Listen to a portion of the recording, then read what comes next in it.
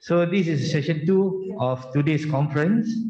All the sessions will be packed with useful information that I'm sure many of us will find helpful in deepening on our understanding about anti-hopping laws. So the first session has already discussed and highlight issues with some recommendations for solutions. So here in session 2, we will be discussing the topic of whether we should have a traditional anti-hopping laws, AHL, or anti-hopping recall laws. Okay. So we are fortunate enough to have speakers on this topic who are seasoned and well experienced in this area, those who have been writing and commenting extensively about such laws. Today we have managed to gather them together and we'll hear them exchange their thoughts and ideas. I'm certain that such discussion will be beneficial to all of us. So let me introduce our panel of speakers. On my right hand side is our YB Wong Chen. YB Wong Chen is a member of Parlimen for Subang.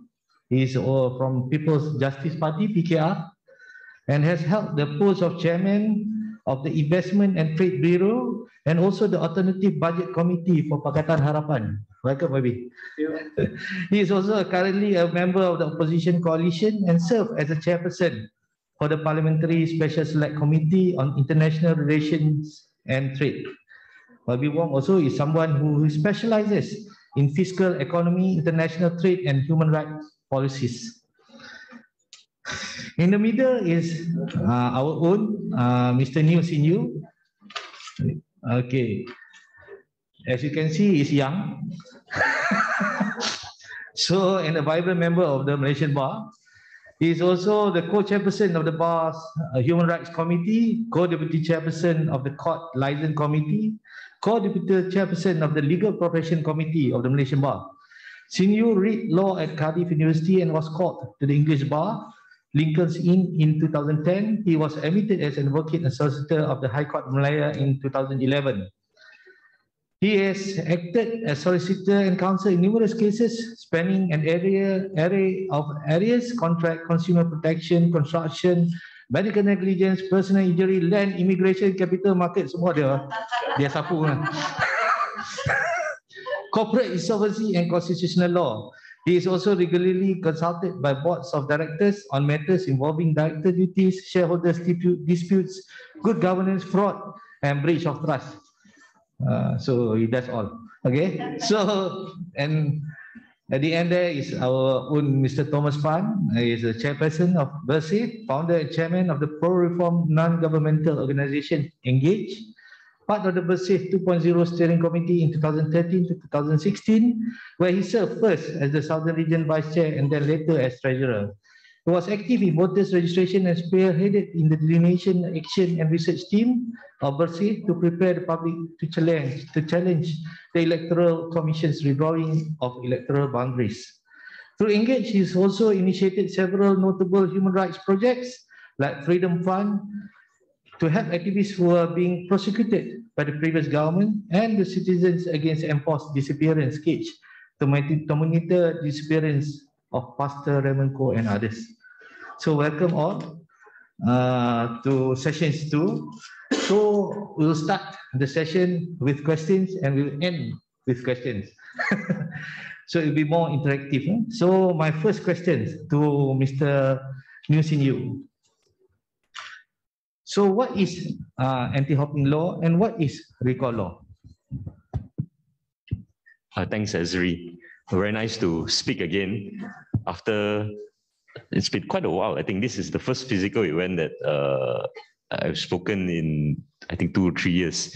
So it's great to be back again. Thanks for those who are joining us online who couldn't be here. I think to kickstart the discussion, perhaps it would be useful for me to explain what was on the table and is currently being discussed at the PSC, so as to set certain parameters as to what anti-hopping laws or what recall petitions are. And I think that's quite important because when you talk about anti-hopping law, when you talk about recall petition, you're talking about a very broad, open-ended concept, which may not necessarily be entirely descriptive of the term anti-hopping law or recall petition. So what we have currently that was tabled in Parliament was two constitutional amendment bills. The first was quite a thorough amendment to Article 10, Article 48, and introduces a Article 49A, which deals with anti-hopping. And it includes a situation where any member of Parliament and Adun, if you cease to become a member of the political party that you are voted into during an election, and you would lose your seat, either as an MP or an Adun, automatic. You're of course allowed to run again in the ensuing by-election. And when I say cease to become a member, that includes a situation where you had voluntarily resigned, where you had been expelled from your party, and for whatever reason stopped becoming a member of that party. And it also covers a situation where an independent, I think we have Larry here, independent, who got elected as an independent and subsequently joined a party, you too would lose your seat. So it's very enumerated, it's very rigid. And of course, the previous session, we have heard about how it could create so many different problems if we had stuck to that definition of anti-hopping. Yeah. There is no element of recall petition, despite what the law minister had said, that the recall petition is when, the recall element is when the MP who had lost his seat is allowed to contest again in the ensuing by-election. So the understanding there of recall petition is a bit questionable, because that's not a recall petition, that's not a recall element, it's not a recall election, that's a by-election. That's a consequence of what happens when you had lost your seat as an MP or as an Adun. Now, what anti-hopping law is meant to address, obviously, as the name suggests, it's supposed to prevent MPs or Aduns from hopping. Of course, one could then question the many intentions behind why an MP or Adun may decide to hop. And we have a lot of examples, from very rich in examples, Malaysia especially, because you have the Sheraton move and events that has transpired over the past 3 years give you, a lot of case studies which it's quite useful to analyze. Because what had happened in the past 3 years is that you have certain MPs, some may say that they had resigned or left the party or expelled by the party for conscientious reasons, because they may not necessarily agree where the party's directions are headed into. You have the situation of Bersatu, like was previously mentioned in the previous session, where MPs were expelled from the party because they didn't want to defect together with the party into a new coalition that formed the new government. Now, of course, you have a situation like, I think, YB Wong Chen's party, where those who had defected were expelled. So the circumstances in which a member of parliament or Adun may decide to leave his or her party is numerous. And one really needs to study the intention and the circumstances as to why they had left the party. So when you take that into account, what is supposed to be a very straightforward anti-hopping law, which we had as part of the constitutional amendment bill, it becomes a bit murky, because it may not be flexible enough to include situations where MPs may have left for conscientious reasons. So that's anti-hopping law. And then you have recall petition, which I think YB Azalina, and as I understand it, MCA is a big proponent of. And it simply means that you recall in the sense that those who had voted you in is recalling you back. Because we are in a representative democracy, and your seat or your role as a MP or as an adun, it's really as a representative to the constituents that you represent. And when they don't want you to represent them anymore, they recall you. There's an election, and once you hit a threshold number, you could be replaced. So that's recall election. So on that note, I think that should answer the first question as been posed to me. So generally, what is a share and what is a recall law? So meaning that anti-hopping law is regarding the anti-hopping itself, but as you say, you want it to be deliberated more so that there'll be check and balance if the thing happens. Yes, I also realized I forgot to just lay out the second bill that was supposed to be debated in Parliament, which was the amendment to Article 10. Yeah. So after the controversy with the first bill, I think in Cabinet they agreed, they decided that, okay, maybe there is a problem with defining what party hopping is. And then there was a second bill that came after that, amendment to Article 10, which basically says that when it comes to membership of a political party, government or parliament may pass laws to restrict a MP or adun's freedom of association. Yeah. So of course, for reasons reported in the news, that too had faced with many problems because it allows too wide or too broad a power by by parliament and by the government, because government of the day controls parliament, to interfere into the events of political parties. And it's like what you mentioned, Ezri, that you have so rigid a formula in the first bill, and that's why recall petition allows this sort of safeguard or this flexibility where you go back to the voters, because the voters themselves, like Gobin or like I think YB Rezwan mentioned that maybe the voters don't want them to be replaced. Maybe they had left the party, but they don't want to be replaced. Yeah. Okay, thank you, Sinju. So we're talking more about Article 10 afterwards.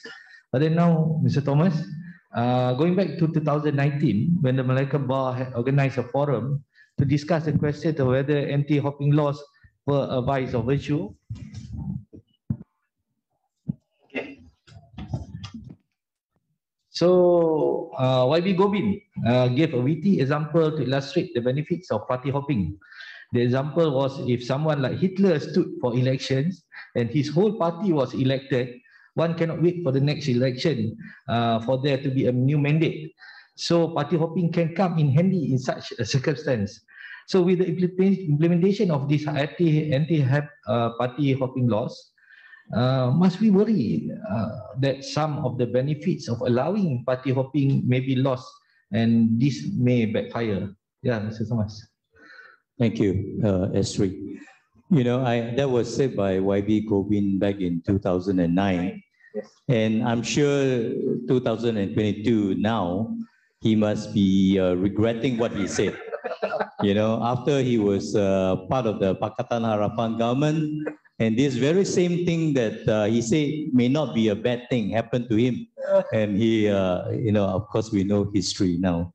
I think that we have always taken a very, I would say, a balanced view to leaving party or party hopping, simply because, and I put it this way earlier, that there are good frogs and there are bad frogs. Yeah. And how do you know which is which?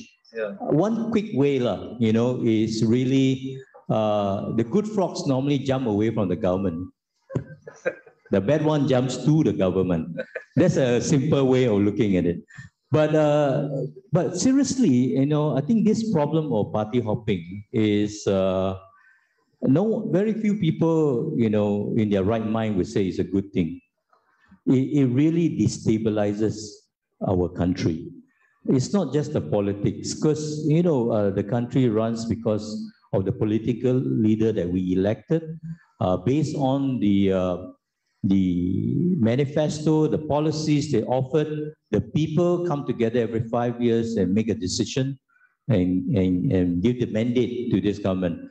And when that is not a certainty anymore, it really undermines, I think, people's confidence in the whole process of election, in democracy, and raising people's basic hatred of politicians and political party when it should not be the case.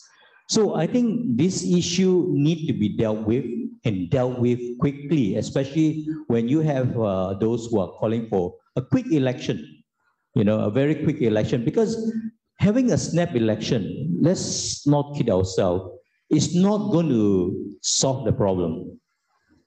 When fundamentally the law not only allows party hopping, but the law and the current administrative structures of the country encourages party hopping. It encourages because built into it are so many incentives for you to align with the government of the day. Number one reason given for leaving the party to align with the government is that I get an allocation. I get constituency development fund allocation to the tune of 3.8 or 3.5 million a year if I'm with the government. But if I remain in opposition, I get 100,000. Now, you can say you should stand on your principle, but the reality is for many, it is difficult in rural constituency from smaller parties to serve their constituents well if they do not have some of this allocation. So there are incentives. Incentive also in the sense of if you are with the government, there is a sort of unspoken immunity from prosecution. If there is some question mark over your past life, not past life, past portfolio, as a minister or whatever, there is, whether there is or not, there is the perception that the agency tasked with enforcing laws and investigation are controlled by the government of the day. And the perception is reinforced by the fact that for example, the MACC chief is appointed solely at the discretion and removed solely at the discretion of the Prime Minister of the day. That's a big problem, as we can see even right now.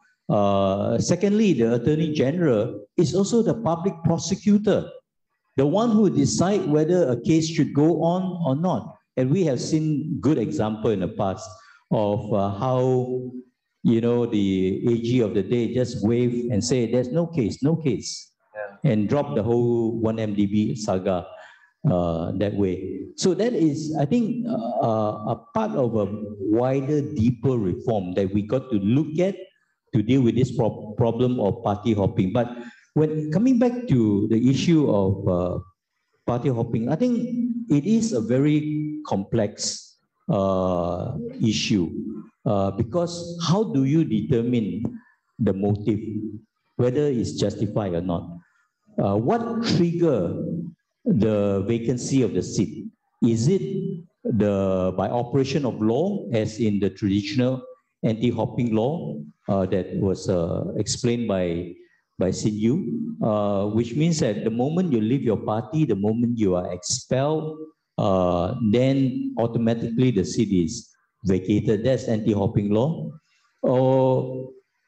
And that would also mean that you empower the party bosses, party leader to sack you, which means that you become a wakil party instead of a wakil rakyat. So that leads to all kind of problem. Where else recall election? I think at the heart of it is really in our representative democracy. It is the people who elected these YBs and they in turn choose who become the Prime Minister to lead the country for 5 years. at the heart of the recall election is really to going back to the people who elected you in the first place. They are the ones who decide whether to vacate the seat or not.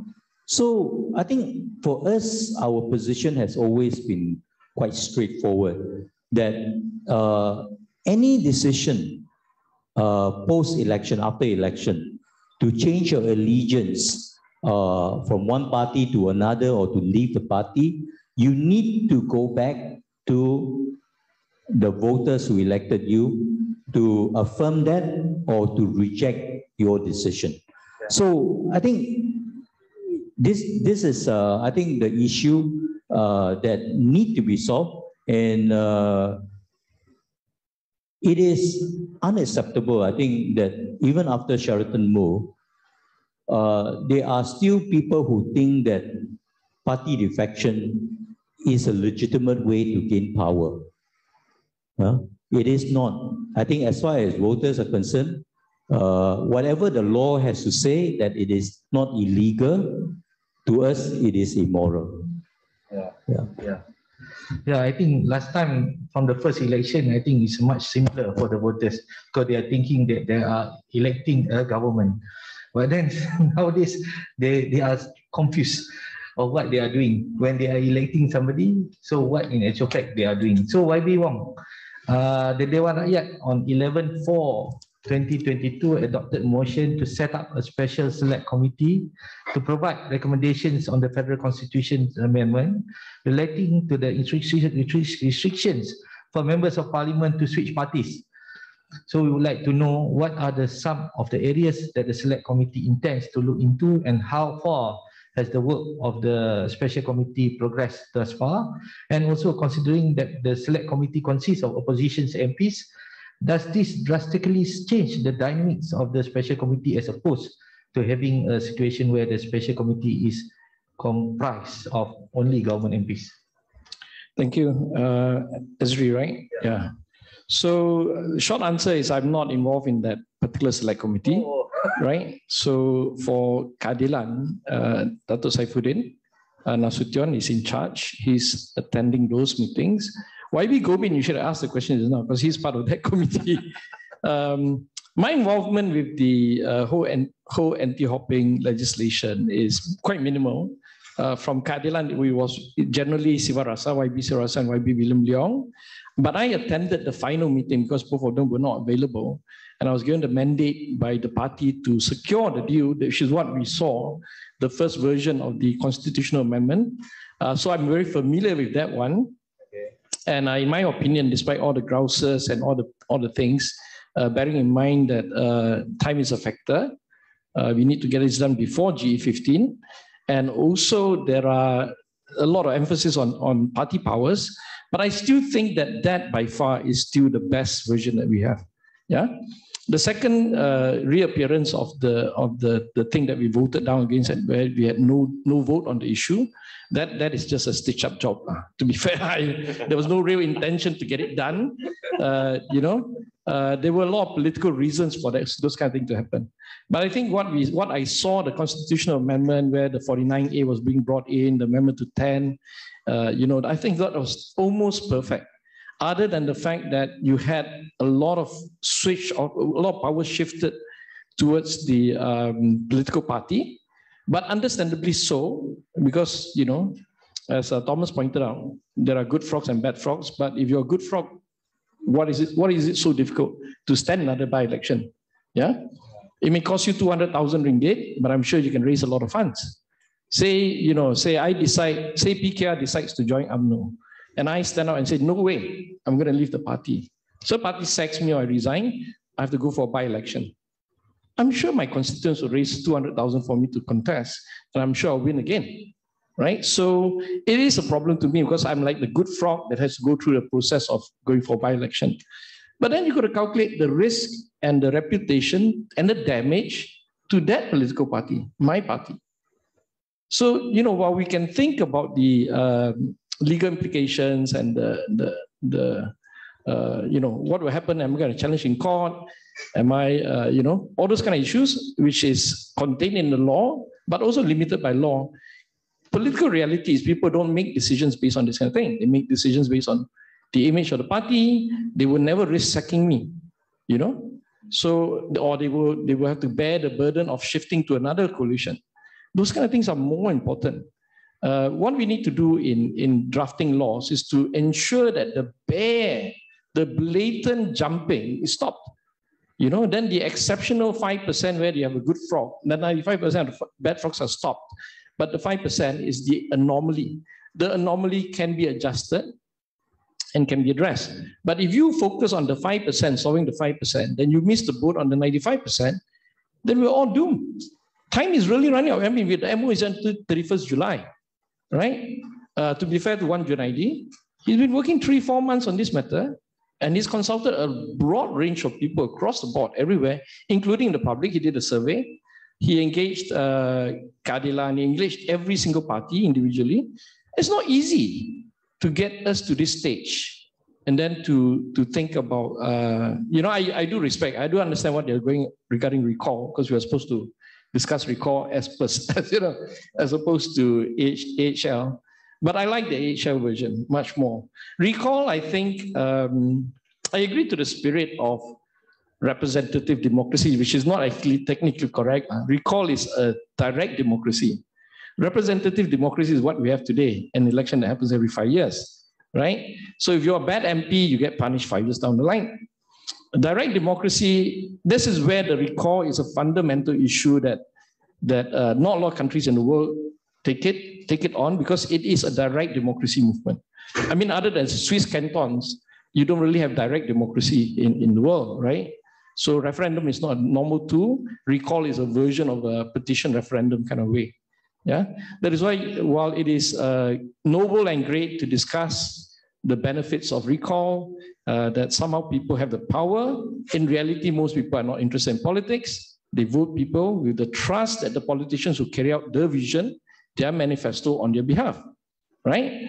It's only when you have very serious problems that the recall can come in as a potential solution, which is what they did in the UK. So the UK Recall Act was a reaction to the 2009 parliamentary expenses scandal. Yeah, so I would on the topic of recall, I know I'm not answering your question directly, but I just want to give you an overview. My view is we don't have the time to look at it. We can exploit further. Yeah, you can put it to the select committee, but you have to fundamentally address the issue whether the recall bill, if ever passed, is it going to be in the form of a legislation, or is it going to be a form in the constitution?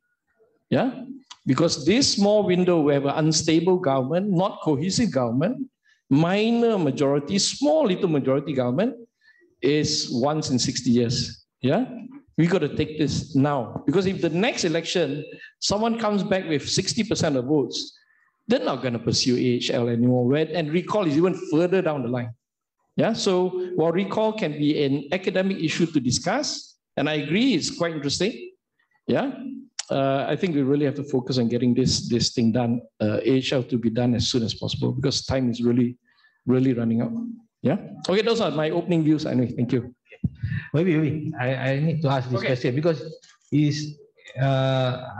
because I think the obvious question is that, in your opinion, whether AHL or recall is better if time is not an essence? No, AHL, because we already have the almost perfect draft, in my view.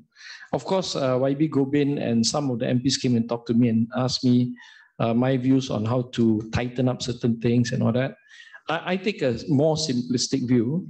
I think if you want to go and consult everybody, I know YB Rizwan talked to me at length about why he's against certain things, like, you know, where the party expels you and stuff like that, because the history of Bersatu lah, right?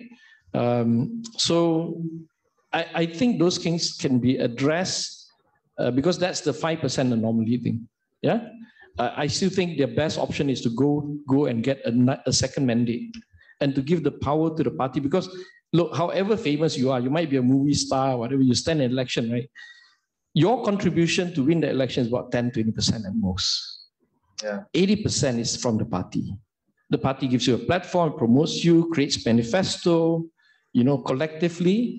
So to say that the party is not important and the party has no power in terms of whether you, by hopping, you get expelled by the party is more power in this AHL mode. I think the political reality is the party is the one that has given you that seat, essentially.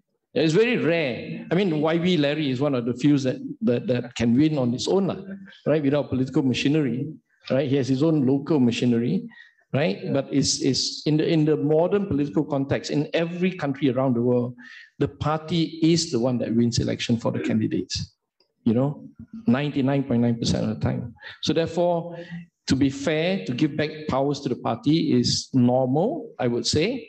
But in the recall election, where you give the powers to the people, that can be explored. But again, that's a direct democracy question. That's not a representative democracy issue. Okay? Okay. You want to add anything, Mr. Thomas, regarding that? Yeah. Recall, I mean, in the first place, I think it is the constituents who elected the YB and gave him that mandate to represent them. And that mandate is based on, I agree, largely because of the party. Very few people win on their own popularity, very few. I think a clear example was actually took place in the Johor election, where I think YB Stephen Chung of Tebrau, he's a parliamentary current MP, and he stood in one of the state constituency within that parliament, and he lost his deposit. Yeah. He lost, and there is no argument why people of Tebrau voted for him. It is the party. But I think the question here is that, wouldn't it, putting direct democracy aside, when you have a change in that position of which party you represent, shouldn't the same voters who put you in have a say in that? Number one. Number two, if you have anti-hopping law and having a by-election where you can stand again, isn't it the same thing also? Except that there is a difference in the sense that if you're like YB Wong Chen in Subang, I am confident in the scenario he put forth that Subang will vote for him as an independent. If PKR joined UMNO and things like that, and he stood on his ground. But what if you are not YB Wong Chen and you are in a more rural constituency where it is the party machinery, party branding that actually carries the day, regardless of who you are? I think it would put a certain pressure on those, which is the majority, that they just better be yes men to the party leadership rather than representing his constituents on issues, speaking from conscience and voting on conscience. He would just say, it's like self-censorship, If you know you're going to lose your license, you just be able to make firms that are a bit safe. Or things like that. If you don't mind, I just rejoin a bit. Yeah. Sorry, I will pass the mic later back. No, I did read Azalina's recall thing, which you all worked together with Bersih, and she did call me a couple of times. I looked at it. I do like the hybrid system. If you put the recall triggered by petition on all sort of issue, of course, that's the problem. That's the issue about my comment about direct democracy, right? If you say that if you have done a lesser crime or you've jumped and that triggers something, and therefore then the people have if say 10% or 20% of people say yes, let's recall him in a two-stage level, I agree. That is possible. But you need to put it all into a constitutional context. Because if you don't make this a constitutional amendment, the next government comes in 51%, we're dead, we're back to square one. So can you put a recall hybrid system using the UK as a model and then adapting and adopting some element? Can it be done through the constitutional context? And that requires drafting skills, That's hard for us to comment now because we've not seen the draft, right? But the AHL, the draft, I liked it a lot. I thought it was very neat and good.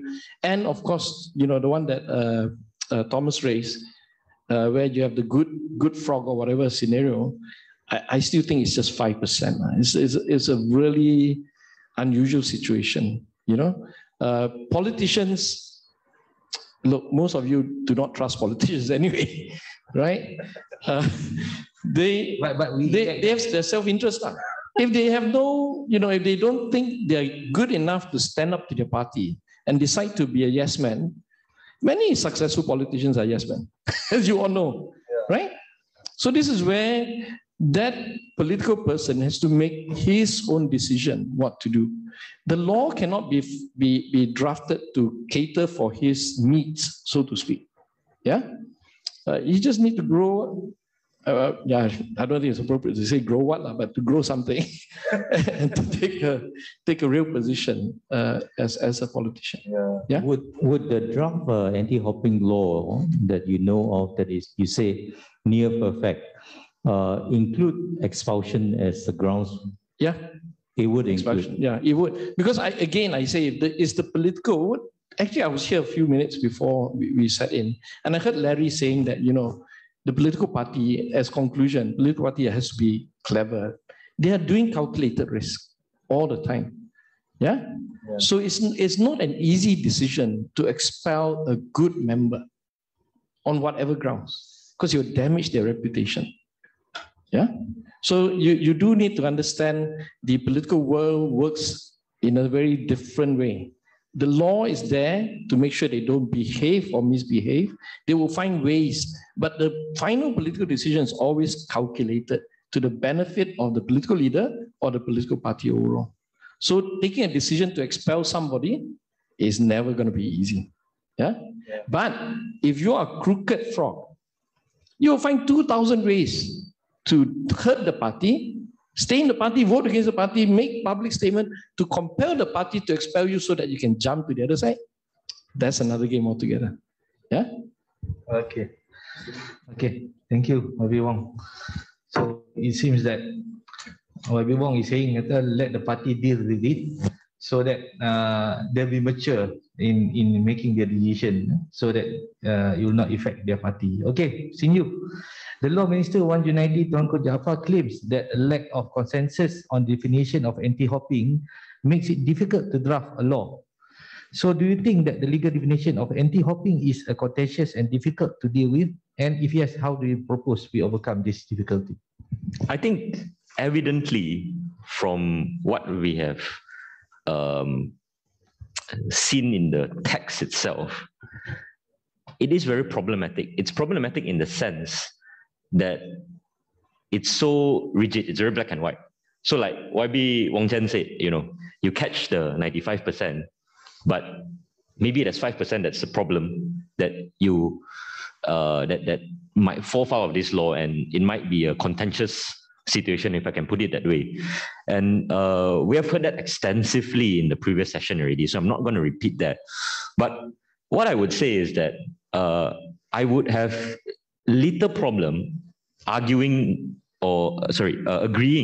with YB Wong Chen had it really been able to address the problem that we have experienced in the past 4 years.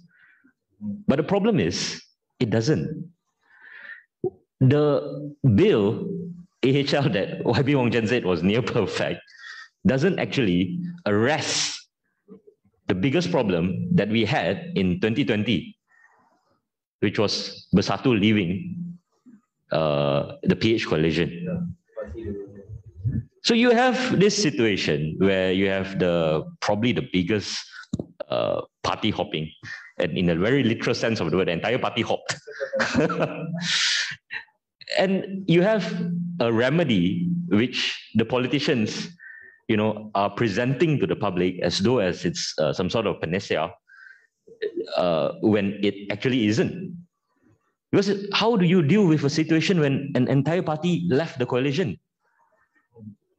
Let's you know, unpack that situation.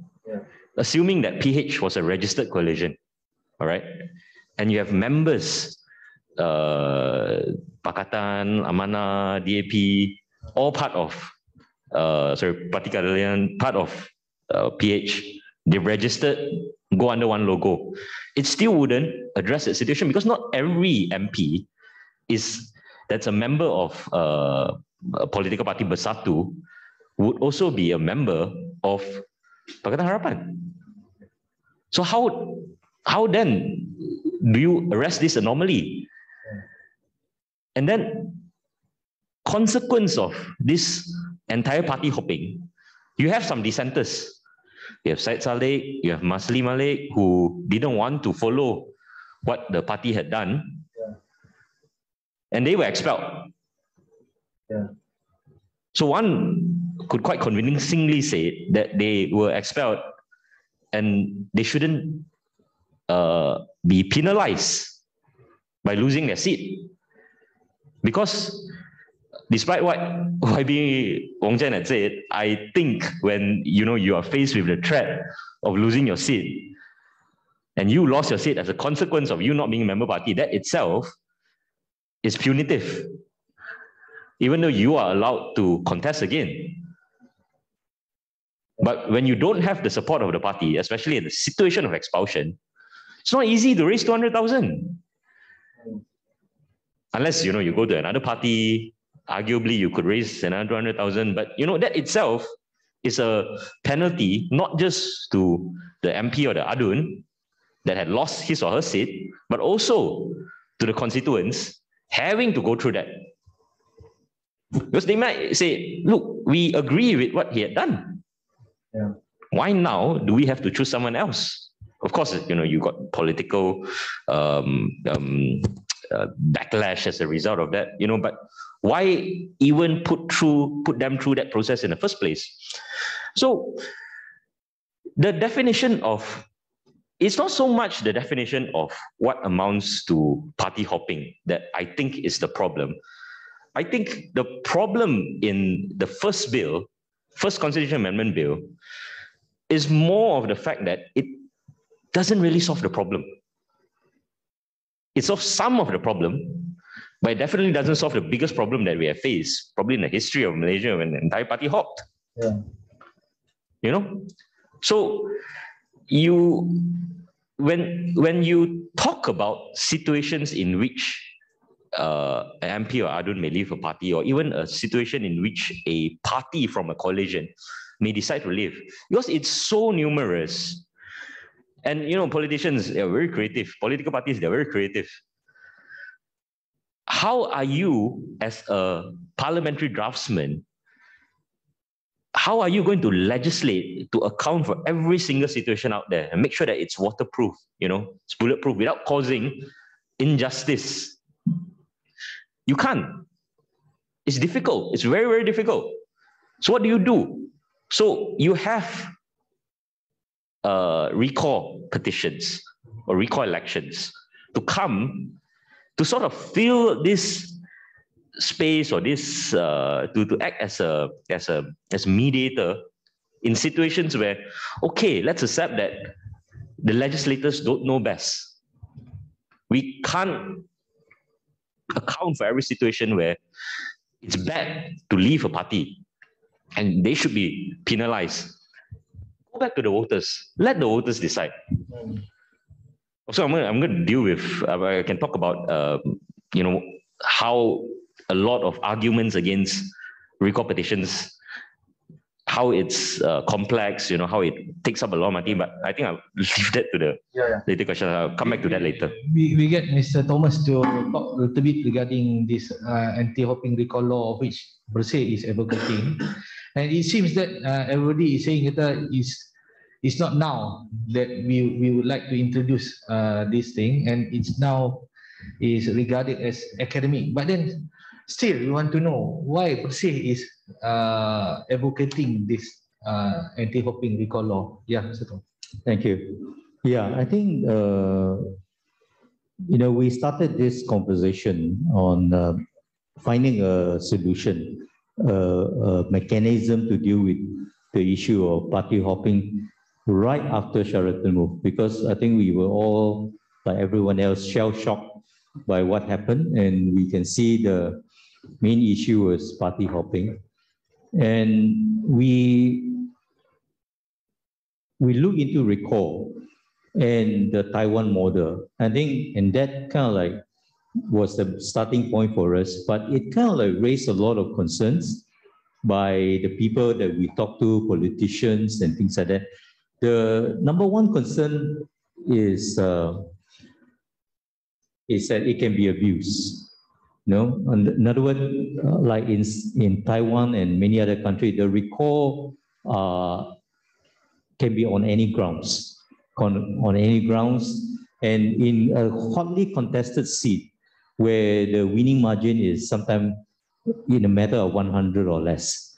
You will have a situation where the losing candidate will try to trigger a recall, and it's not a problem to reach whatever threshold to create a by-election.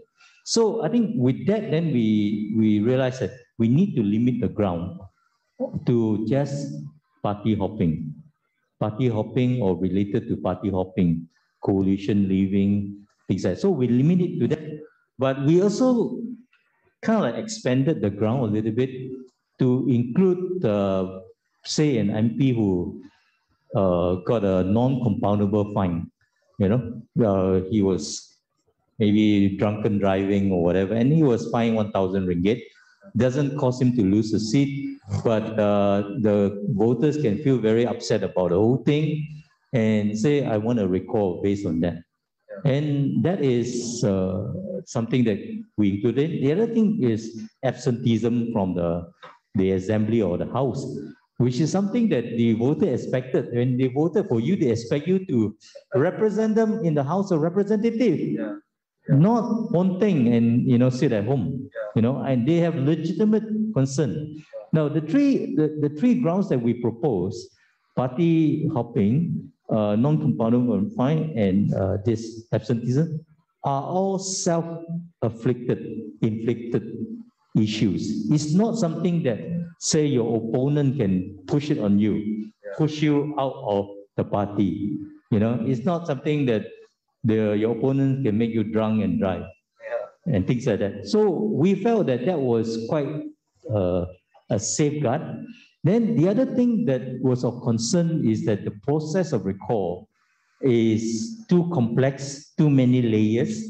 The Taiwan model is you first got to get 1%, then after that you got to get, once the EC say okay, you can start the thing, you go for a 10% of the electorate. Then after the 10%, you go for a 25%, several rounds. And that became a major concern for the people we consulted, because they say one thing is complexity. Too many rounds, take too many days, too many times, people will lose interest. No matter how angry they felt at the start, by the time you finish after 200 days, people will have forgotten the whole issue. They go back to work. So taking all that into consideration, the beauty of recall election is that you can tailor-make, you can tweak it, you can change it, you can adopt another model from another country. So in the end, Bersih settled on partly the UK model and the British Columbia model that has less level, 1% to start.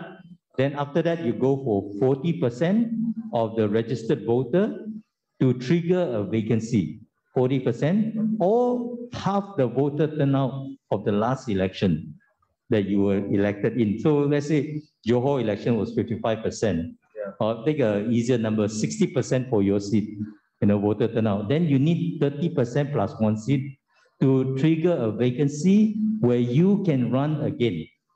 So that is the beauty of the recall election, in a sense that you can tailor it to your context, your situation, and it also can tailor it to cover some of the more complicated issue like expulsion.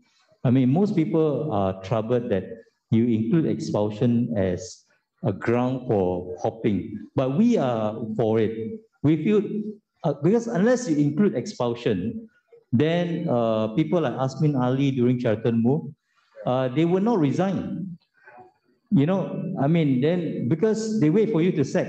Once they PKR sack them, they keep their seat. Yeah. Why would they? You open another pathway for them, even in the future. You know, a pathway for the MPs, and they are very smart people. Contrary to what a lot of people say, MPs are very smart people. They know how to survive. They will not take the first path of leaving the party, but they will force you to sack them by doing all kinds of things that you have to sack them, you know. So it has to include expulsion, but once you include that in, then you have the issue, you know, the party become really all powerful.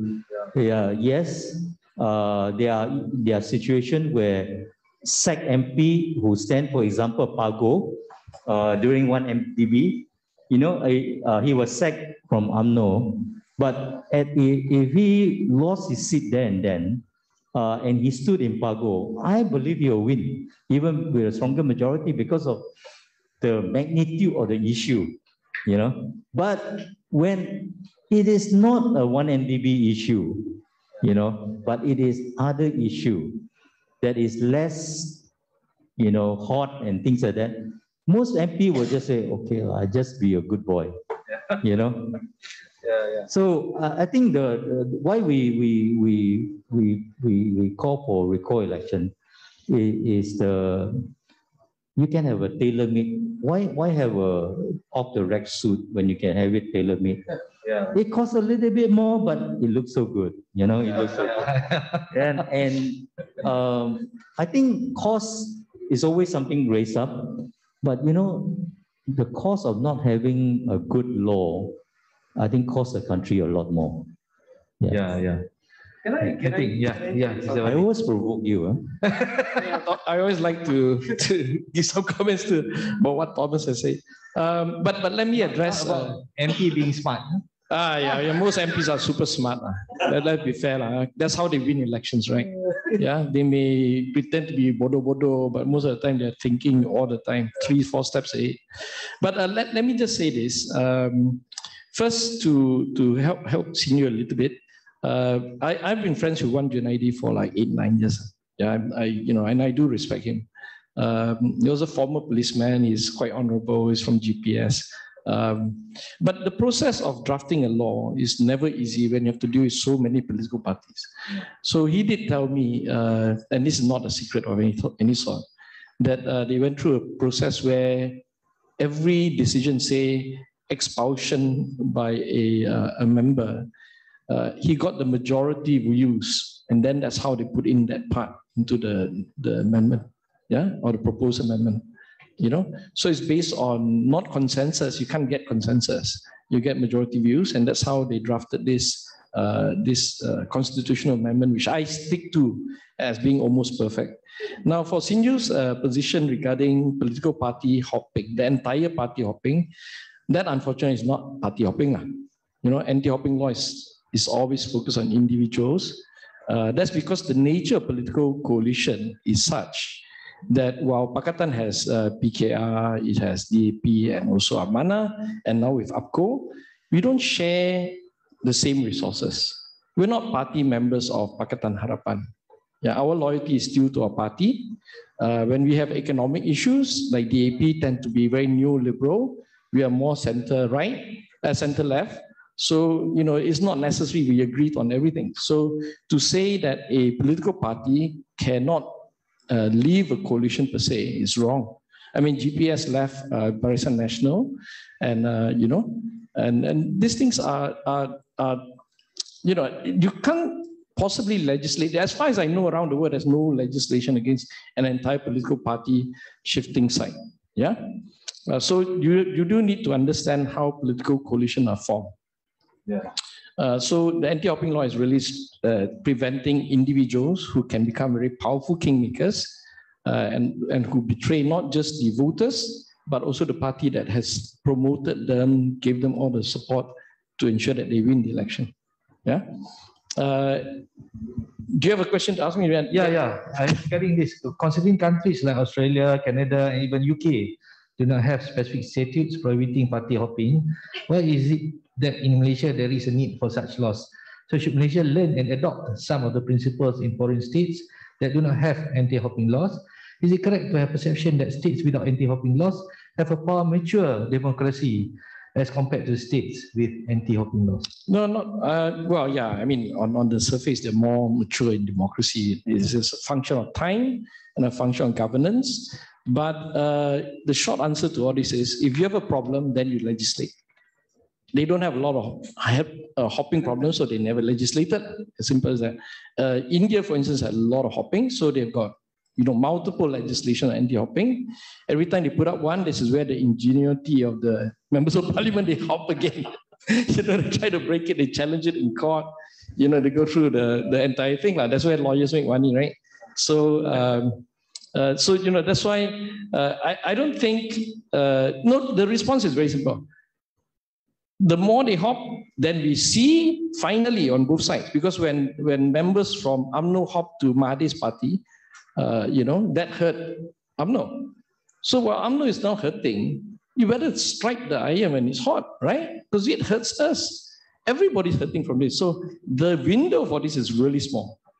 If we miss this window, and I keep stressing this, right? And the election happens in September, and the party comes back with 60-70% of the vote, can happen. It's over. You're not going to see this anymore, because they will be fishing people to join them to strengthen their majority. So, I do appreciate Thomas and Azalina's efforts, but in terms of question of timing, it's not very difficult. One Junaidi, that 3-4 months he ran non-stop, just to get those views in, majority views, not even consensus views, was so difficult to achieve. I think before I became a member of parliament, I used to think that it's quite easy to pass laws, right? It's really, really complicated. There's a lot of horse trading, a lot of negotiation. You have to compromise. You have to find a common ground. And the political environment for this is just perfect now. It's like, the perfect time to do it. We miss this, we're going to miss a lot more. Yeah, so that's my main worry, timing. And the clock is very obvious, it's 31st July, right? Once the MOU ends, I drafted most of the MOU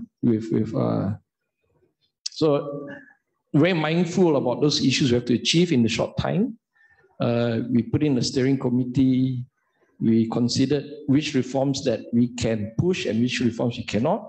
We dropped the law. I mean, the entire list was like 30, 40, 50 even of reforms we wanted. We ended up with 17.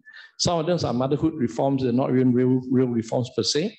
But there were a few specifics on we really needed, which was anti-hopping, one of them. But even that wasn't the most important. It was the Parliamentary Services Act, which is more important. So while you negotiate anti-hopping, you're trying to keep everybody on good terms so that you can at least squeeze in the Parliamentary Services Act. So it's much, much more complicated and nuanced. The entire process of trying to work with the government for the betterment of the next generation is complicated. That's why a lot of give and take. Yeah, I do understand academics out there, viewers, lawyers, everybody. You are concerned. Yeah, you are, because you think we can go and do better. I'm telling you from personal experience, some days you just have to compromise a bit, yeah, to get the bigger picture done, And I really, really feel that, the 22 months when we were in power, we didn't do much. Some people may say that we did a lot.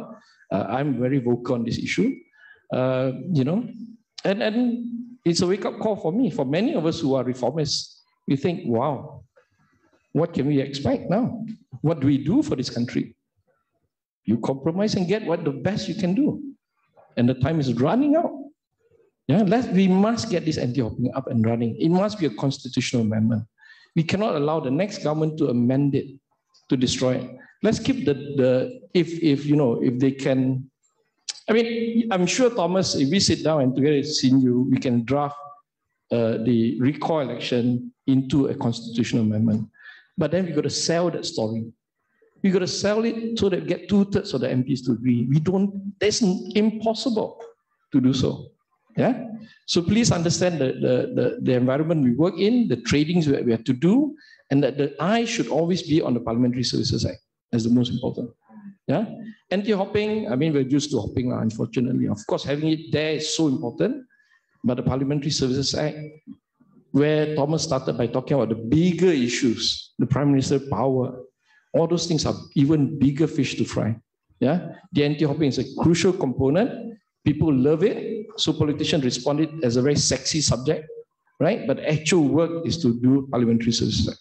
Yeah, in that context, I hope you understand where I'm coming from. Thank you. Can I just Sure. Can I just ask YB Wong this question? Hold on, Siyu. If anybody has questions online or this one, yeah, I will be calling you after seeing you speak. Yeah.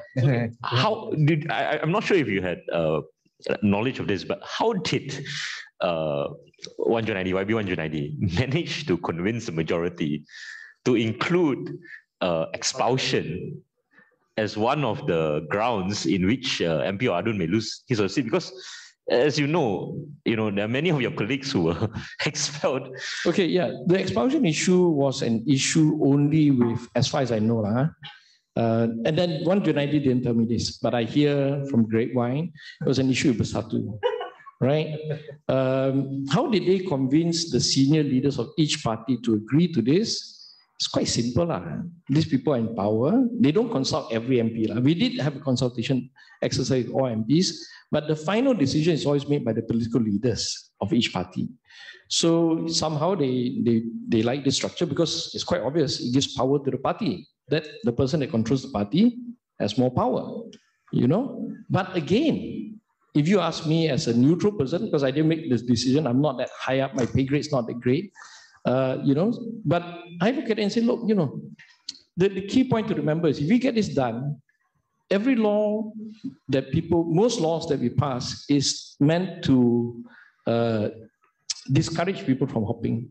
So we have to factor that thing also. If you put this thing in, even though it's imperfect, I'm sure you will discourage at least 80-90% of people that are thinking about hopping, right? But it may make the party more disciplined, for want of a better word, or more yes men, right? But then you reach that inflection point. What are you willing to give up? What was Pago willing to give up on the 1MDB issue, right? Let's not talk about Pago's history, emergency law and all that, right? But on that moment, he was a hero, So, again, laws are there to act as rules. And you're trying to put rules on very, very clever and devious people who are politicians. Yeah? So you hope to catch the bulk of it. Some you just have to look at it and they have to go through the pain of going for a by-election if you're a good frog. Yeah? Okay, so that's what I hope that you all try to understand. Okay, questions from the floor? Yes. Teresa? Teresa. Yeah, YB. My good friends. Putih. Tak nampak. Baik Aceh. No, need the mic because we are going online. Yeah. Thank you. Because I just listened to Thomas Fann's, comment on this record election. So I remember in 2021, I think Bersih had called for this online petition for the Tebrau voters on the record election. Can you enlighten? Because after I read it, and the time in my head I was thinking, will the Tebrau voters really go for it to support this campaign? But maybe you can enlighten us what happened. Are there a lot of people participating? And because after that you don't read anything. Okay, thank you. Yeah, Mr. Thomas. Yeah. Before that, Mr. Thomas, if anyone online have questions, you can just type on the chat box. Okay, yeah, Mr. Thomas. Yeah, I think what YB Teresa referred to was our mock recall election for Tebrau in Johor. And I have to honestly admit that was a failed project because for a few reasons. One was, I think, it came out quite late, more than a year and a half after Sheraton moved. But more important, it came out by the time we got it ready. And I have to say that we built a very robust system. It's not change.org. it is actually a registered voter of the Tebrau. The system verify you, everything, and then only then you can vote. Okay, so it was a system for e-voting that we developed, and the company that worked with us spent a lot of time and resources to build that. So by the time we launched in, I think, September 2021, it was in the midst, at the height of the white flag during COVID pandemic lockdown. I mean, all our minds and politicians' mind, you are on how to help the people who are putting up white flags, things like that. So though there was interest, they told us honestly, this is not the right timing to push a political campaign. And we understood. So we basically stopped that and pull off. But I think the question to be asked, whether there's interest in recall election, if there is such a provision in law, is like, if there was one in March of 2020, right after Sheraton moved, would Gombak keep his seat? I would say with some certainty, Gombak, Pandan, Indra Makota, all will lose their seat in a recall. Because people felt extremely betrayed and they needed to express themselves in a mechanism, because we don't have any mechanism at that time. So, so recall basically, I think I had to clarify here, our position, or rather our preference is recall, but we are not against anti-hopping law. And I think we share the concern, the view of YB Wong Chen, that this MOU is once in a lifetime open window opportunity for a very major reform that is coming up, and that is parliamentary reform, Parliamentary Services Act. I think that is something that we need to keep in mind. But I think what we are trying to say is that if there is an opportunity to, in one go, address some of the sticky question of expulsion of party living coalition, would we not want to take this golden opportunity that we have to amend the constitution to enable us to once and for all solve this in a fair way to all frogs, good and bad? I think this is the small window we have while the select committee is meeting. But our position is that any law is better than no law when it comes to anti-hopping. Can I just add? Yeah. Before I go to other topics, actually, at that time when you per se launched that online petition, in my heart was thinking, number one, why do you choose Tebrau? And number two, if you choose Gombak, maybe you have a higher chance of a better response than Tebrau. Okay. No, we didn't choose. It's the voter themselves who chose. The whole process we recall is that the voter on the ground has to initiate the petition, and we could not honestly find anyone in Gombak. We couldn't. They filed a suit. Yeah, and we asked the same people, and they say, because it is in the court, we didn't want to jeopardize this with this other thing that you're doing. And honestly, we were looking high and low for Gombak. But anyway, that's history, Can I just add to that? This concern that YB Teresa quite rightly raised about whether or not you have recall petition and how the voters would be receptive to it. I think it's quite similar to a by-election or an election where a lot of the mobilization goes back to the political parties.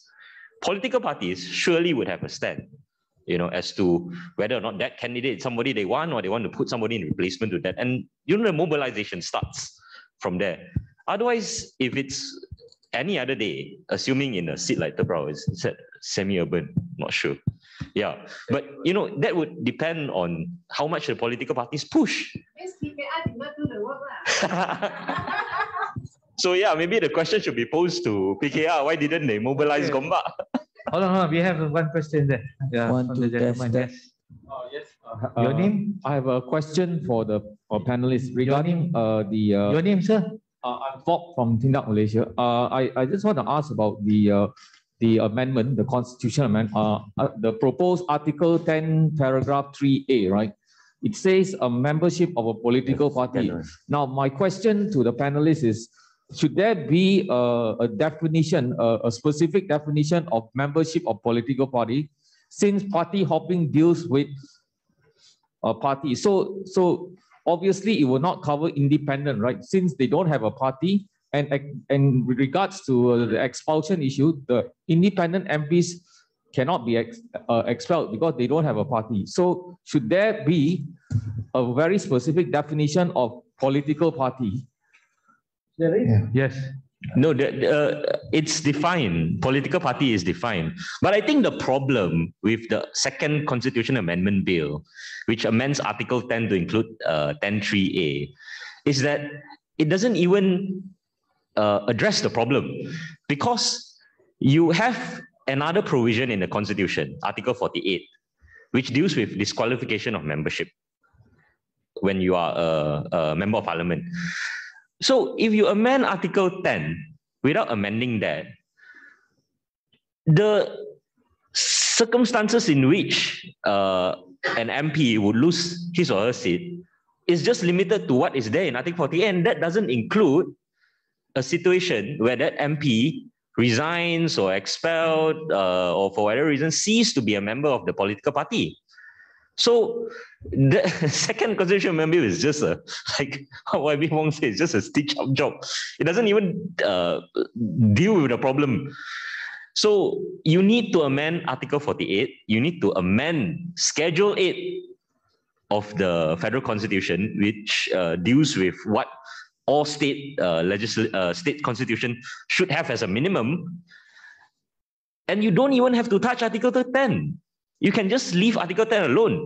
Nordin Saleh, a lot of those who had been arguing that, oh, you should amend Article 10 because of this case of Nordin Saleh, Supreme Court case of Nordin Saleh. Nordin Saleh was decided in absence of an express provision in the Constitution which allows for disqualification when you had resigned or expelled or ceased to be a member of a political party. So it needs to be read within that context. If you amend to include one such provision, then you don't even have to touch Article 10. In fact, my policy is that when it comes to fundamental liberties, don't touch it, except to improve it. Okay, the other question, yeah. Yeah, Prof. Thank you. I have two questions, basically to Wong Chen, my good friend, and one point to make.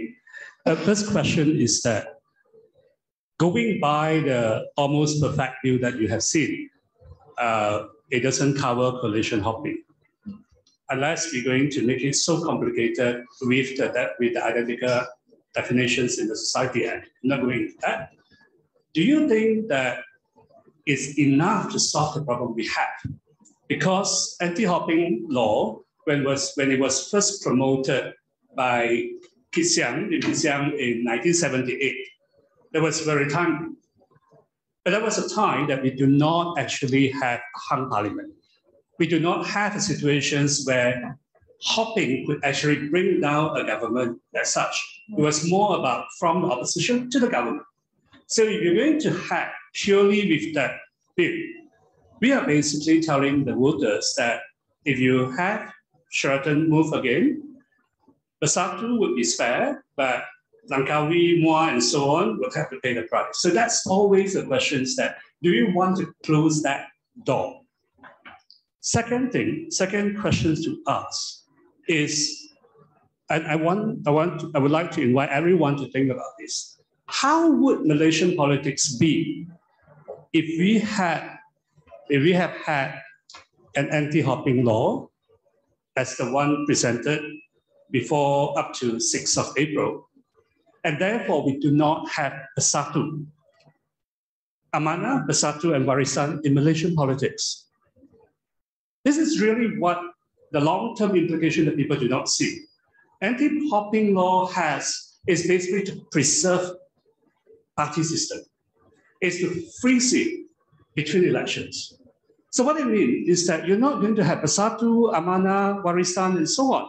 Because if these people pull out or they get sacked by their party, they would just immediately face by-elections. And if the sacking happened too late, in the last 2 years of the parliament term, then nothing would happen, not even by-elections. So the question we really need to ask here, I know that PKR suffer a lot from party defections, and I'm not opposing to the main part. I'm coming to the last point soon. But by closing the door to deal with, by freezing that, we are basically protecting UMNO or PAS from future split, which might be necessary for Malaysian politics to move on. Is that really what we want? So there's two questions to you, YB. The third point that I want to make is actually going back to the cause of recall procedure, the one that proposed by Azalina. It's going to be a very short process of 21 days. The EC would collect signature. And if it pass through, then you have the whole thing done around 38 days. That's the maximum that you're going to take. So it's not going to be very long. And how much would it cost for the EC to set up, let's say, booths in 5 places or 10 places in a constituency for 21 days to collect signature? Now, why this is important? Because recall actually function as a filter to by-election. What it means is that you have, let's look at two extremes. If you have an extreme case where, let's say you have Bong Mokhtar, no matter how many times Bong Mokhtar jump, Bong Mokhtar will still win big in Kinabatangan. He is the Kinabatangan king. That's basically the case, right? With an anti-hopping law, you're going to have the by-elections for no reason. With a recall may not pass at all, so you save the money. On the other hand, yes, of course, if you have a case where you could have, let's say, Ampang or Gombak immediately after Sheraton move, they will fall. So recall would add into the cost. In the middle ground, that's exactly where we are dealing with of the gray area. So I want to make this point because that for people to see, it doesn't really add in so much. It depends on what's the distributions of the type of constituency we're going to see party hopping. Thank you. Okay, thank you, Prof. Yeah, Wabi. I'll try to answer your question, but I do need a refresher. What was your first question really about? Because we went a little too long, sorry. You're saying that the first question is whether we're going to do a political party and summary of the first question. My first question is, would that simple, clear-cut anti-hopping bill do the job to convince voters that because anti-coalition hopping still remains unregulated? Second question, is it to the benefit of Malaysian politics development to freeze all the party now and leave the power to their leaders? Thank you. Okay, on the first one, I think we addressed the issue whether we can actually try to pass a law to stop political party as a group to switch camp. Practical wise, we don't have the time to do it, but even I don't see how we're going to get two-thirds of parliament or even 51% of parliamentarians to support this. Yeah. And it's actually related to your second question. To give a view, my perspective on the issue of coalition politics or future of Malaysian politics, since 2018, something has broken, you know. And earlier than that, 2008, you know, we broke the two-third majority thing, right? So it's quite clear there will be a lot of horse trading post-election, whether we like it or not. Yeah. So I would think that if these laws are in place, will it hinder the creation of even PKR, you know, after Anwar was sacked, right?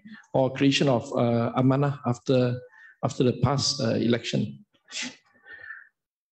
I think the trend is such that I don't think it will contribute that much. Yeah. But in the eyes of the people, anti-hopping will obviously have some real value. Whether it will translate to stopping all these kind of shenanigans, unfortunately, I don't think so. I think it will be political reality is a very strong, stable government is not likely to occur in the next 10 years or so, next two or three elections. But this is the thing. In our brains, all of us, we've been brought up to believe a strong government is good government. So it's not so much whether this is a philosophical question. To me, a weak future government means a government that reflects diversity of views. My colleagues, and I'm from Kelantan, so I know the past government very well, right? I don't deny that their voters voted them into power. Their views may be very different from my views, but I have to respect that they reflect other points of view. So we have to rethink and ask ourselves, a weak government, a coalition government, may actually bring the reforms we need. I truly believe this, and that can answer Siti Kasim and all others question about compromising and all this. Yeah. Contextually, hold on, better for me to. Yeah, you read the question first. Yeah. So there are two questions. One is from Ms. Siti Zabidah Kasim. Compromise to whose benefit, and your parties or the rakyat? And also the question by Mr. Richard Tian. Compromise on which point of MOU? And the second question is that confirm next special Parliament sitting on AHL by June 2022. Yeah, I think the compromise question both are two different compromises. Right? On Siti Kasim, of course, she's an activist. I respect her work. But she comes as an activist. We are, whether lack of better word or whatever, a technocrat politician, I don't know what you call it. I think some of us do believe that this country needs to move forward, because this issue on diversity, issue of race, can never be resolved in a strong government situation. A weak government that requires coalition politics to survive may deliver that finally for us. And if they can deliver that, then hopefully we can actually close the chapter on race politics once and for all. So I'm quite hopeful in that sense. Yeah, so when we talk about compromise, of course, we compromise for the right's sake. Whether you think it's a short-term compromise, a long-term compromise, I have a different agenda. I believe in a different vision. I think you have to negotiate with your enemies. You have to sit down and think about the bigger picture. Otherwise, we're just living, all of us. My generation, the next generation, future generations, they just give up, right? So there is a point where I think we are reaching the point. I do have a lot of conversations with Chin Huat and also Thomas from time to time. There's a realism that we have to face, yeah? But as long as we have weaker governments, it's better. Strong government is good for economic growth, yeah? But once your belly is full, you need to talk about the spiritual side, your rights. And that can only come when we open up and we negotiate and we recognize the diversity of our country, yeah, and try to work in that context. Okay, we have another question. I think. Can I just follow up on what Chin Huat had commented? Okay. I think there is a sense out there by the public that this anti-hopping law that is being presented is going to solve all problems. So far I have not heard any politician coming out and say that, look, this anti-hopping law is going to prevent coalition hopping.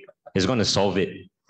And I think that's very disingenuous by political parties, because they have come out and they have said that, no, it will solve, it will prevent whatever that had happened in the past from happening again. And I think the public needs to be aware that this anti-hopping law that is being proposed is not going to do that. So I think that goes to the heart of what Chin Huat is saying and some of the questions that are being asked. Is this a solution for the problems that we have, or is this a solution for the problems faced by the political parties? Because those are two quite different things. Yeah. And that's why the voters investment needs to be there. And that's why you need, recall elections. You need some form, some mechanism for them to have a say. And we have precedent. It's not as though as the constitution, did not account for a situation where there is a need for direct democracy, like what Chen has put it, direct democracy, you see. You have the whole complicated Schedule 13, which deals with delimitation. That's a complex procedure slapped into one schedule, which a lot of ambiguities, And EC does it every 8 to 10 years. For all 222 or more constituencies, if you take into account the state constituencies. So if that can be done, surely something which I feel is less complex in recall petition, that can be done. But I appreciate what Wong Chen said, convincing his colleagues who eyes and ears might have already been shut, might be a too difficult task. Yeah. So maybe the remedy is really, going into G15, we need to vote smarter people into Parliament. Okay, I think we go to the next question online. Are there possibilities of money politics involved in hopping parties in Malaysia? So, Can I answer just Richard's second part? Yeah. Yeah. The second part, compromise on which point? MOU. Well, the MOU, as I said, we started with a list of 50 things we wanted to reform, and then we narrowed it down to about 17, 18. Yeah. So that's like I won't call it a compromise. We're trying to realistically set what we can try to get from them. Yeah. Second special parliament sitting, they actually promised us in end of May. If I recall. So whatever it is, July is a sitting. So by latest it'll be July. Yeah. Okay. Please answer. On the issue of money politics involved in party hopping, definitely money usually is one of the motivation for many things, not just party hopping. So we are just talking about the law to deal with party hopping, but the incentive to party hop is very wide, including money again, unequal constituency development fund. What we are calling for is that should be a law. That should not be something that at the discretion of the Prime Minister, like it is right now. Through the MOU, Pakatan Harapan MPs got it. Non-Pakatan Harapan MPs don't get it. After the election, is back to square one. Whoever become government can decide to give themselves 4 million, opposition 0 or 100,000. This is not the way to move forward. This is the time I think we need to make into law, CDF. Second thing I think is the area of prosecution, by the AG. AG is also public prosecutor. This is something that if there is a MOU 2.0, need to be on the agenda. Because I think that, nothing happens unless there is political will, we know. Not just in this country, but in any country. There is now, I think, coming together a political will for party hopping, but even separation of the public prosecutor from the AG, I think there is a sense of, there is a will because they have all become victims, or they feel they have become victims of whoever is the AG, whoever is in government. So that's the other one. The other thing is public funding of political party and another area of political financing. We can be so hard on the political party. Why should they need money? Well, if you don't give them money, they will find money. They will find money, and oftentimes under the table, behind the cloakroom or whatever. It's better that we face it that like anyone else, any organization, even bar council, you need money, right? I'm sure. Bersih definitely we need money, please. Sorry. So we have to recognize that they need money to operate properly, fund it publicly so that there can be accountability, transparency in the process. And I can tell you it will cost much less than the other money they find elsewhere, much less, you know. So that is some of the, I think, other related area to party hopping that we have not even begun to talk about, but we have to start talking. And also what I call payroll votes. You know, famously there was an audio recording of Pago saying that this is the scheme of things that we're going to like reward people, you know, get them over to our side by giving them appointment in cabinet. That's why you have a bloated cabinet, you know. Fixing the size of the cabinet will be one area, you know, so that you cannot be bloated and bloated. To buy loyalty and hopping, GLC appointment. Our simple view is no. MP, you are elected by your voters to be lawmakers to represent the constituents. What are you doing sitting in TMB and telecom and all over and get another salary and other perks? You know, there are arguments against that, but I think if you want to sit, you have to sit with no pay. See anybody still want to sit or not? You know, so it's a wider question, you know, but I hope that the window will be wider, that we have more time to actually push through this reform. Because after GE, if you have a quote-unquote strong government, as Wong Chen said, you can forget about any kind of reform. Okay, I think we have reached the end of the session. So I'm giving all the three speakers the time for them to say something at the end. Sinju? I would just end by saying that we have choices, you know, putting aside political realities, even though they are the decision makers. And I think I agree totally that there is a window, and this window is something that we must capitalize on. But for our representatives to be fully cognizant of what we want, and what we want should be what empowers us more as rakyats. We need to let them know, because they are not mind readers. And more often than not, they're probably reading it the wrong way. So we need to let them know, and we need to tell them that, look, it's wrong to exclude us from a process which deals with our voice in Parliament. And we want in. And because of GE 15 being so close, now is the best chance to let them know. And see how they perform in Parliament. Check on them. Because we can get all the democracy we want on paper, but if we don't exercise it, it's all meaningless. So ask your MP, ask your Adun what's their stance is, tell them what you want, do your own research, of course, you know, or read Bersih and Chin Huat's amazing paper, 70 over pages, I read it. I read that. Yeah. Let them know that when it comes to constitutional amendment, we want our voice in. Okay, Mr. Thomas?